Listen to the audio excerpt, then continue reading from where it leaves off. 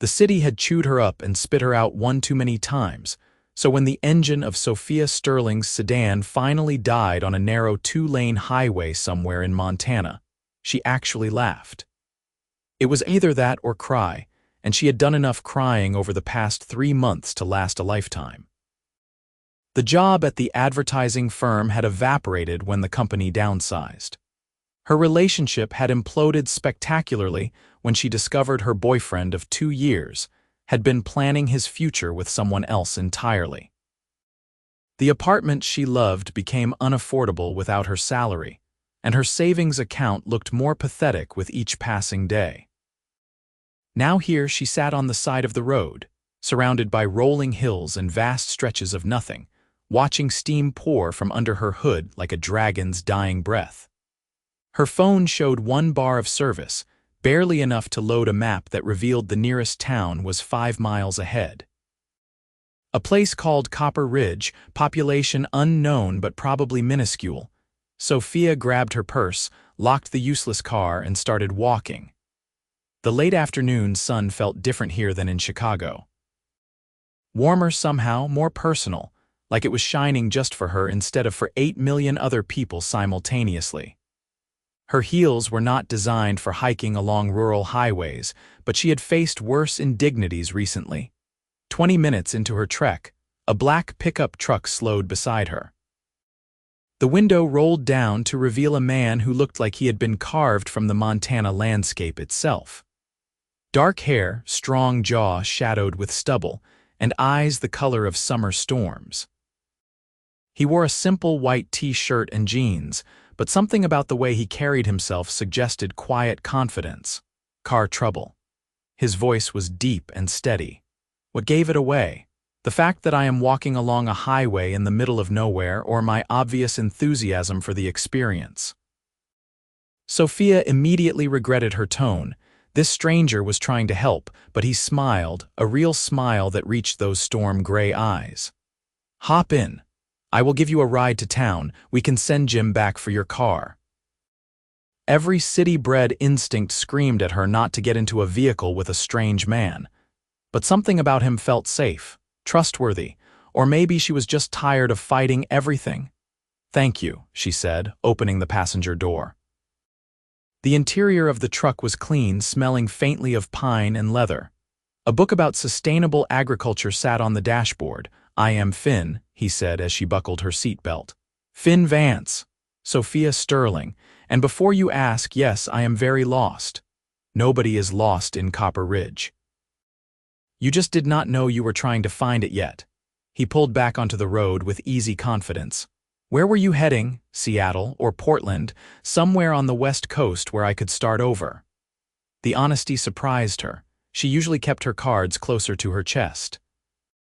"Running from something or toward something? Does it matter? Always matters." He glanced at her, and she felt the weight of his attention like sunshine through a window. Running from something means you are still carrying it with you. Running toward something means you are making a choice. Sophia looked out at the passing landscape, gold and green in the fading light. "Then I guess I am somewhere in between." Copper Ridge appeared like something from a postcard that nobody actually believed existed. Main Street featured historic brick buildings, flower boxes overflowing with late summer blooms, and people who waved at Finn's truck as it passed. He pulled up in front of a diner called the Copper Kettle, where a neon sign promised the best pie in Montana. "Jim's garage is closed for the day, but I will call him. He can tow your car in the morning." Finn turned off the engine and studied her. "You hungry? May's pot roast is better than anything you will find in the city." "Is that where we are eating, or are you kidnapping me to your secret lair?" That smile again, the one that made her stomach do complicated things. "The diner. My secret lair does not have pot roast, major design flaw." The interior of the Copper Kettle wrapped around them like a warm hug. Red vinyl booths, black and white checkered floor, and the smell of home cooking that made Sophia's mouth water.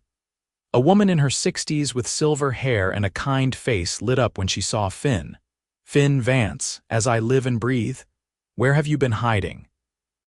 She pulled him into a hug that he returned with obvious affection. "Working too much, May, you know how it is," he gestured to Sophia. "This is Sophia.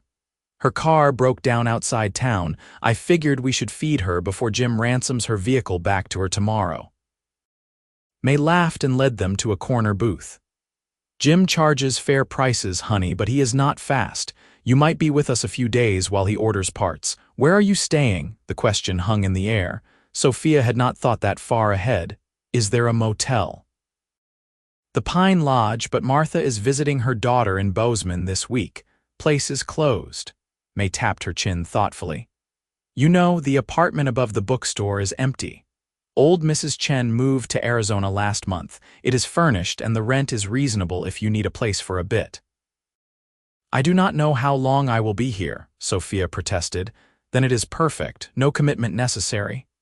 May winked and headed toward the kitchen, calling back, "I will bring you both the special." Finn leaned back in the booth, completely at ease. May is not subtle, but she is right. "The apartment is nice. Better than sleeping in your car, assuming Jim can even fix it." "You do not think he can. Jim can fix anything. Question is whether it is worth fixing." The honesty should have annoyed her, but instead, Sophia appreciated it. She was tired of people telling her what they thought she wanted to hear. "Fair point. My car has been on borrowed time for a while now, like you." The observation cut close to the bone. "Is everyone in this town a philosopher or just you? Just observant. You have that look about you. Like you have been holding your breath for so long you forgot what it feels like to exhale."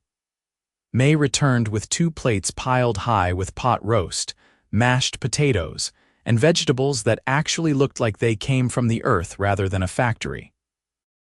The first bite made Sophia close her eyes in appreciation. "Good?" Finn asked, transcendent. "I forgot food could taste like this." They ate in comfortable silence for a while. Sophia found herself studying him between bites. There was something different about Finn Vance, something she could not quite name. He had the rough hands of someone who worked with them, but he carried himself with a quiet authority that suggested he was more than just a ranch hand or day laborer. "What do you do here?" she asked finally. "Bit of everything, help out where I am needed." He pushed his empty plate aside. "What did you do in Chicago, advertising, before I got laid off? I convinced people they needed things they did not actually need." The bitterness surprised her. "You were good at it. Too good." "That is part of the problem." Finn nodded like he understood perfectly. Before she could ask what he meant, May returned to clear their plates and insist they try the cherry pie. It was, as advertised, the best Sophia had ever tasted. After dinner, Finn drove her 3 blocks to a charming brick building with large windows displaying books. A narrow staircase on the side led to the second-floor apartment. The owner of the bookstore, a woman named Patricia, met them with keys and a warm smile. May called ahead. "You are welcome to stay as long as you need, dear. First week is on the house since you are stranded." Patricia handed over the keys. "Finn, make sure she has everything she needs." The apartment was small but perfect. Hardwood floors, a cozy living room with built-in bookshelves, a kitchen with vintage appliances that actually worked, and a bedroom with windows that overlooked Main Street. It felt more like home than her expensive Chicago apartment ever had. "This is too much," Sophia said. "I cannot just accept charity from strangers." "It is not charity, it is community." Finn leaned against the doorframe, completely comfortable in the space. "This is what we do here, help each other out. You will return the favor somehow, whether you mean to or not." After he left with a promise to pick her up in the morning to check on her car, Sophia stood at the window and watched the quiet street below. A few people walked past, some with dogs, others just strolling in the evening air. Nobody was staring at their phones or rushing to the next thing. They were just being. She exhaled slowly, and Finn was right. She had been holding her breath for a very long time. The next morning brought sunshine and the discovery that her car needed a new transmission, a water pump, and several other expensive repairs that would take at least a week.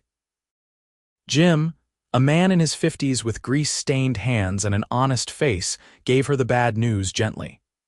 I can fix her up, but it will cost about $1,500, or I can give you $500 for her as is, and you can put that towards something more reliable. Sophia did some quick math in her head. Her savings would cover the repairs, but just barely. And then what? Drive a patched-up car to Seattle to look for another job she would probably hate, can I think about it? Course, no rush. Finn, who had driven her to the garage, offered to show her around town while she considered her options. Copper Ridge in daylight was even more charming than it had been at dusk. The streets were clean, the buildings well-maintained, and everyone they passed greeted Finn by name. He seemed to know everyone, stopping to chat with the elderly couple outside the hardware store, helping a young mother carry her stroller down the steps of the post office, and getting into a good-natured argument with the man at the feed store about the upcoming harvest. "You really do know everyone," Sophia observed as they walked. "Small town. You cannot hide even if you want to." He guided her into a coffee shop called Mountain Brew, where the barista already had his order started before he reached the counter. "And what is it you do again?" "You never really answered last night." Finn paid for both their coffees despite her protest. "I own some land, run a few businesses, invest here and there." It was such a casual, vague answer that it made her curious. But before she could press, an older man approached them with a concerned expression. "Finn, we have a problem with the new community center project. The contractor is saying the foundation will cost twice what we budgeted." Finn's expression shifted, becoming focused and sharp. "Get me the revised estimates. I will review them this afternoon. If the numbers are inflated, we will find another contractor." The man nodded and hurried off. Sophia watched the exchange with growing interest. Community center, the old one burned down last year.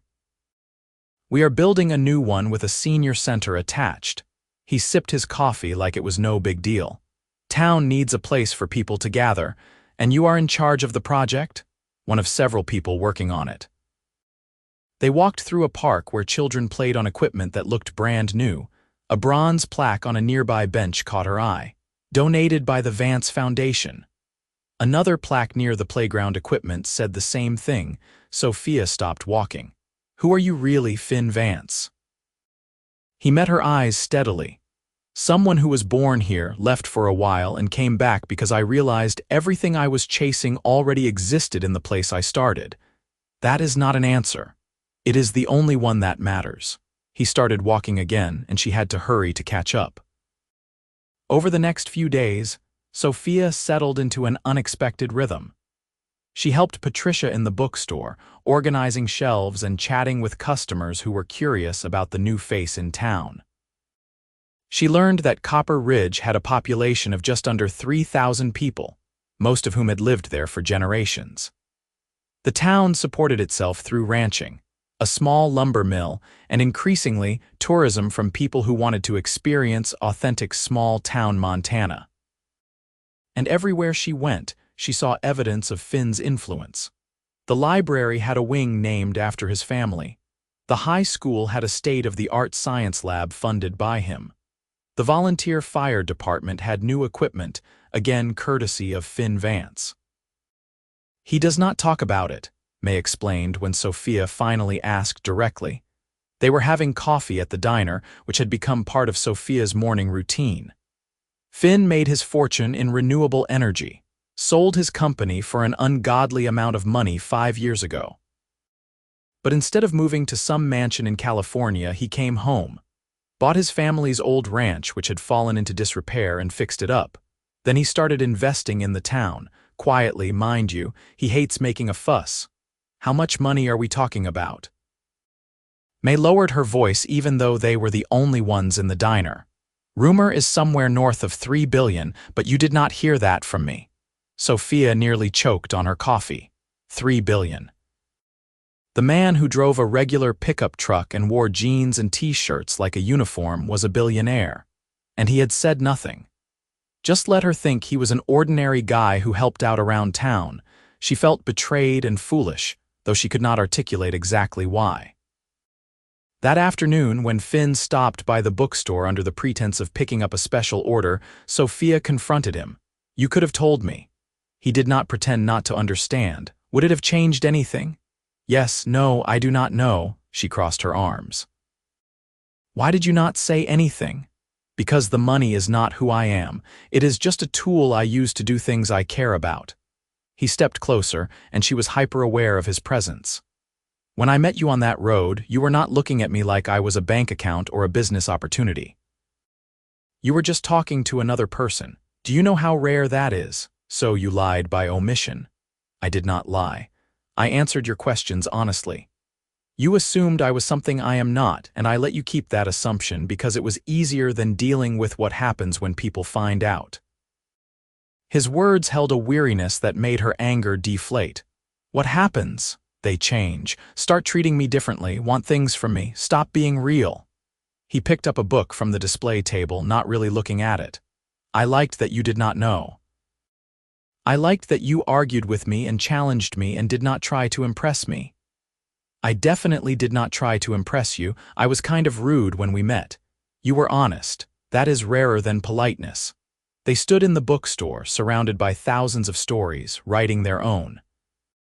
Sophia felt something shift inside her, a wall she had not realized she had built starting to crack. "So what now?" she asked quietly. "Now you decide if the money changes things for you, if I am suddenly someone different than who you have been getting to know." His gray eyes held hers. "Because from where I stand, you are still the woman who made me laugh on a dusty highway. The woman who helps Patricia even though she does not have to. The woman who stayed up until midnight helping May test new pie recipes. That is who you are, regardless of where you came from or what you left behind. I am just hoping you can see me the same way." The bookstore bell chimed as a customer entered, breaking the moment. But something had been said that could not be unsaid. Something had been acknowledged that changed the shape of everything. That evening, Sophia walked to the edge of town where the buildings gave way to open land. She could see Finn's ranch in the distance, a sprawling property with a restored farmhouse and several barns. It looked like a lot of work for one person. Even a billionaire, her phone buzzed with a message from her old roommate in Chicago. Another friend was having a going-away party before moving to New York. The text was full of emojis and exclamation points, all the desperate energy of people trying to convince themselves they were happy. Sophia realized she did not miss it at all. Not the parties or the networking or the constant hustle to prove she was worthy of the space she occupied. Here in Copper Ridge, she had been more herself in a week than she had been in years in the city. The question was what to do about it. Over the next several days, Sophia and Finn fell into a pattern of spending time together that felt both casual and significant. He took her riding on his ranch, where she discovered that horses were far more intelligent and opinionated than she had imagined.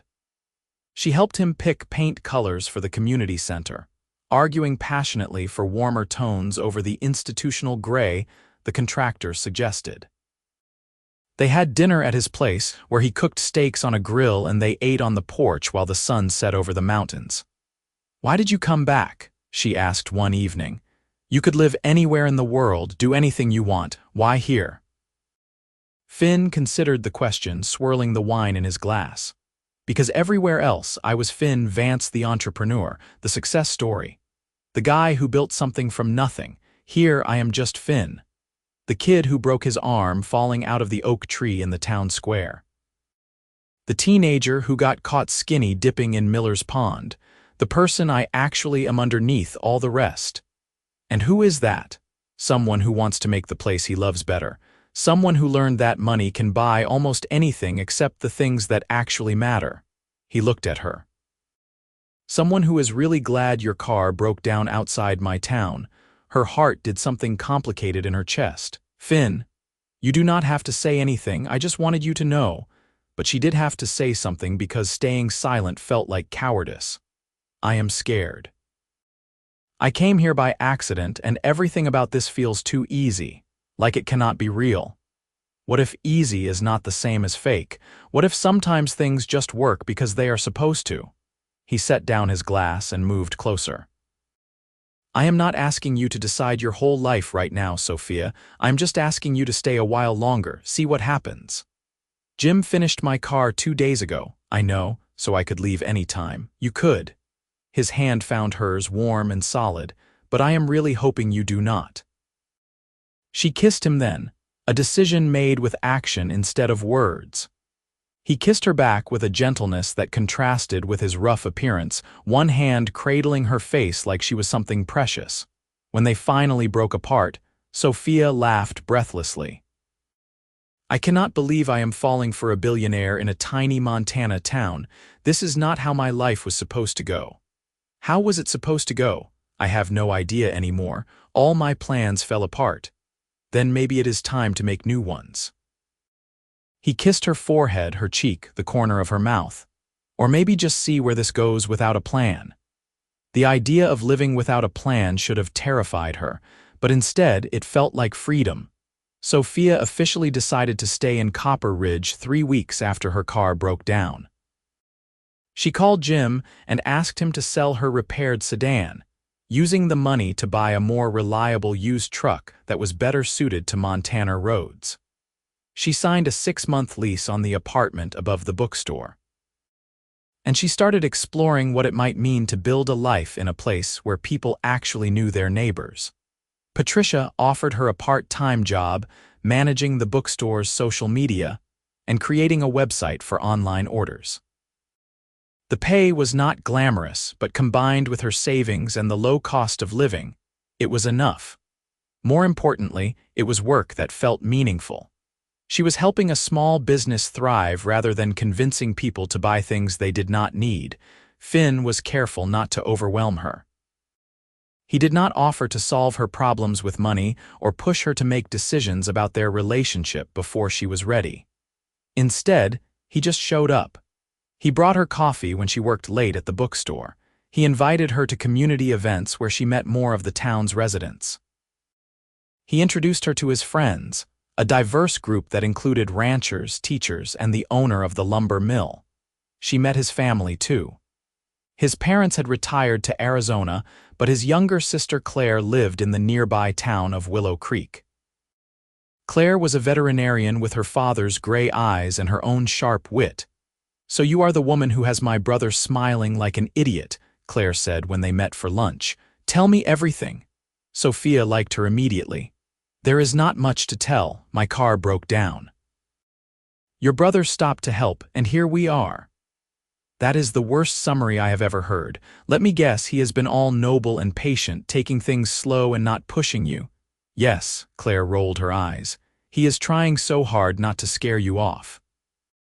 But here is the thing you should know about Finn. When he decides something matters, he is all in.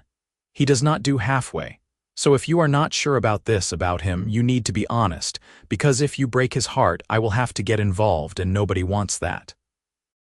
The fierce protectiveness made Sophia smile. "I care about him, a lot.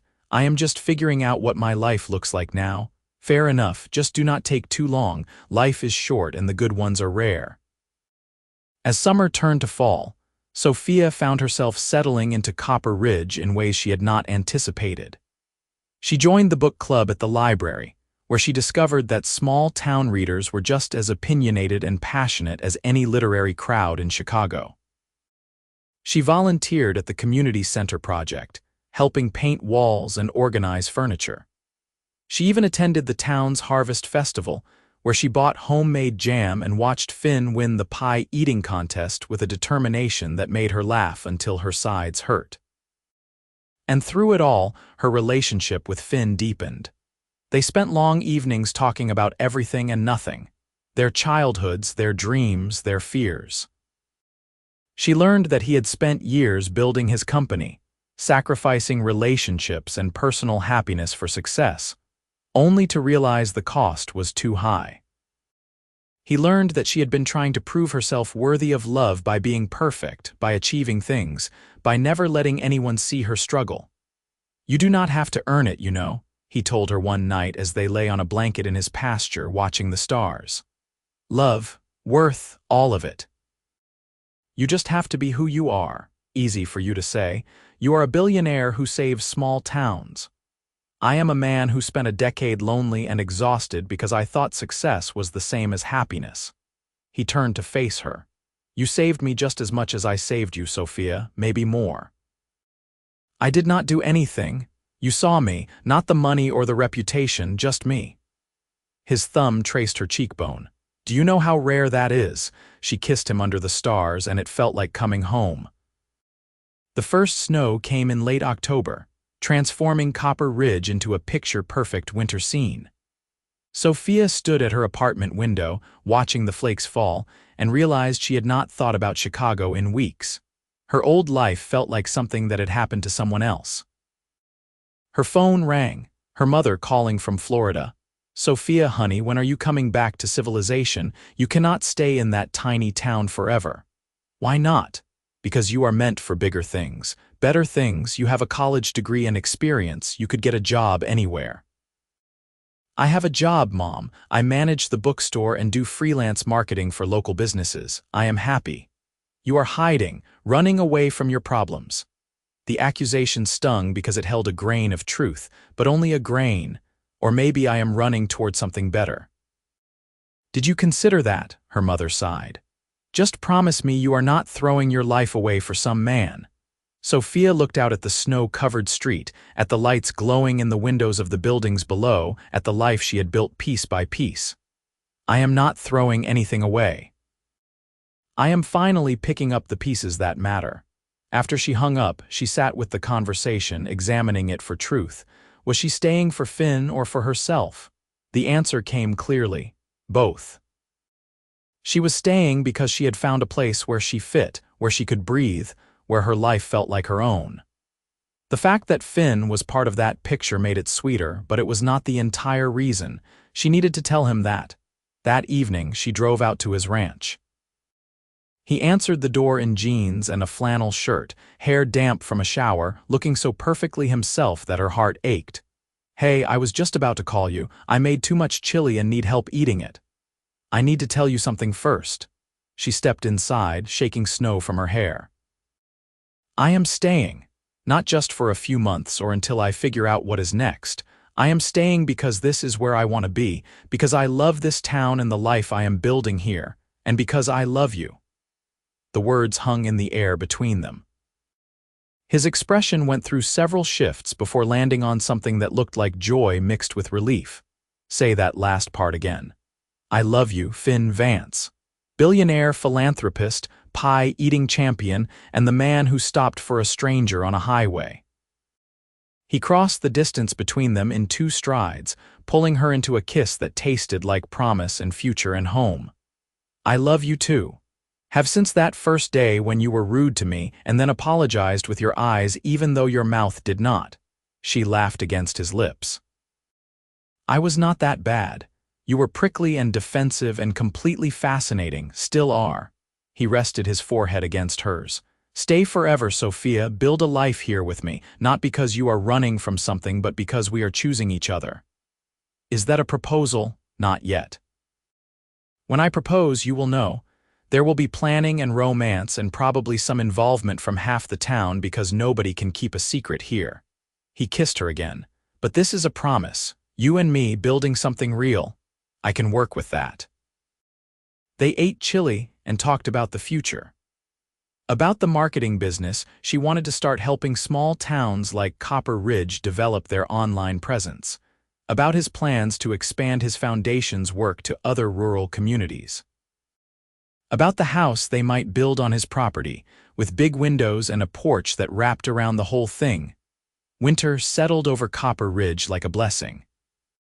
Sophia learned to drive in snow, to appreciate the quiet beauty of frozen mornings, to bake bread with May and attend town council meetings where people actually debated issues that mattered to their daily lives.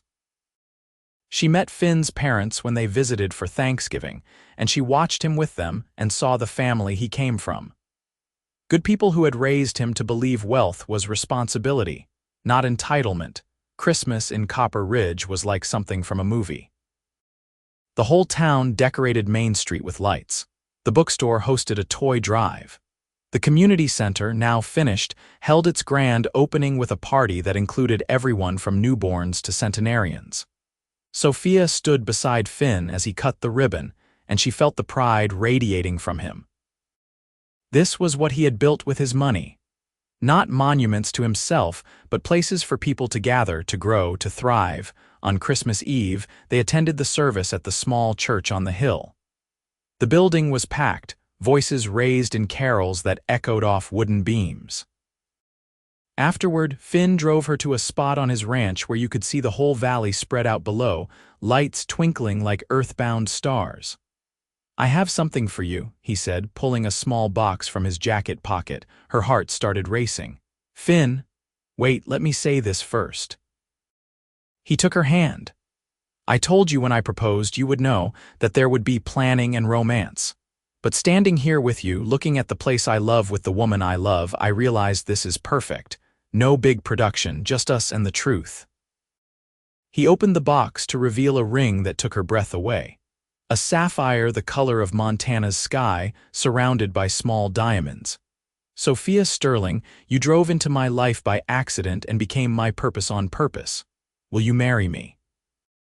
Build a forever with me here in this small town that does not feel small at all when you are in it." Tears froze on her cheeks in the winter air. "Yes, yes, 1,000 times yes." He slid the ring onto her finger and it fit perfectly, like everything else about them. They kissed as snow began to fall again, soft and gentle, covering the world in new white possibility. The wedding took place in May, when the mountains were green and wildflowers covered the meadows in riots of color. They married in the town square under the oak tree that Finn had fallen out of as a child, surrounded by everyone they loved. Patricia officiated because she was also a licensed minister. May made the cake, 6 tiers of perfection. Claire stood as Sophia's maid of honor, having become the sister she never had. Her mother attended, though she still did not completely understand why her daughter had chosen this life. But when she saw Sophia in her simple lace dress, glowing with happiness, she hugged her tight and whispered, "You were right. This is where you belong." The reception filled the new community center. They danced to live music from a local band, ate food prepared by half the town, and celebrated until the stars came out. Finn's toast made her cry, talking about unexpected gifts and broken-down cars and the woman who had reminded him what mattered. Her toast made everyone laugh, recounting that first meeting and her initial impression of him as just some helpful guy in a pickup truck. "Turns out he was so much more," she said, looking into his eyes. "Not because of his bank account, though that does come in handy, but because of his heart. Because he believes in people and places and the power of community. Because he saw me when I was lost and helped me find myself. I love you, Finn Vance. Thank you for stopping on that highway. Thank you for everything that came after." They honeymooned in Italy, but they were happy to return to Copper Ridge. To their house that they had built together, with the big windows and wraparound porch and a nursery painted yellow for the future they were planning. Sophia's marketing business thrived, working with small towns across Montana and eventually several other states. She helped communities tell their stories, attract visitors, support local businesses. The work was fulfilling in ways her advertising career never had been. She was building things up instead of manipulating people into buying. Finn expanded his foundations work, focusing on rural infrastructure and education. But his favorite project remained Copper Ridge, where he knew every family by name and understood exactly what the community needed. Their daughter was born on a snowy January morning 2 years after the wedding. They named her Caroline Grace, and she had her father's gray eyes and her mother's determination. She would grow up knowing the value of community, the importance of home, and the truth that real wealth was measured in love and connection, not dollars. On Caroline's first birthday, Sophia stood on their porch, watching Finn play with their daughter in the yard. The mountains rose behind them, solid and eternal. The town spread out below, lights beginning to glow as evening approached. Her phone buzzed with a message from an old colleague in Chicago, asking if she ever regretted leaving the city. Sophia smiled and typed back a simple truth. "I did not leave anything behind. I found everything I was looking for." And it was true. The city girl who had met a small-town billionaire had discovered that the difference between them was not a gap to be bridged, but a complement that made them whole. She had brought her drive and creativity to a place that valued connection over competition. He had shown her that success was not about climbing ladders, but about building tables where everyone could sit. Together, they were complete. Not because either was lacking, but because they had chosen to build something bigger than themselves. A life. A family. A home. Finn looked up from where he was pushing Caroline on her toy car and caught her watching. He smiled that smile that still made her heart race, even after years together.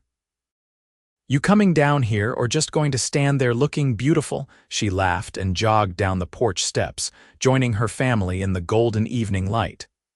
Caroline squealed with delight, reaching for her mother with chubby hands. This was her life now. Not what she had planned, but so much better than anything she could have imagined. And it had all started with a broken-down car on a Montana highway and a man who stopped to help a stranger. Sometimes the best things in life came from accidents, from taking wrong turns that led to right places. From letting go of rigid plans and trusting the journey. Sophia had learned that love was not about grand gestures or perfect timing. It was about showing up, about seeing someone completely and choosing them anyway. About building a life together one small decision at a time until you looked up and realized you had created something beautiful. As the sun set over Copper Ridge, painting the sky in shades of pink and gold, Sophia held her daughter close and felt Finn's arm around her waist. This was her happily ever after. Not an ending, but a beginning that kept unfolding day by day into something more wonderful than any story. She was exactly where she belonged, and she had never been happier.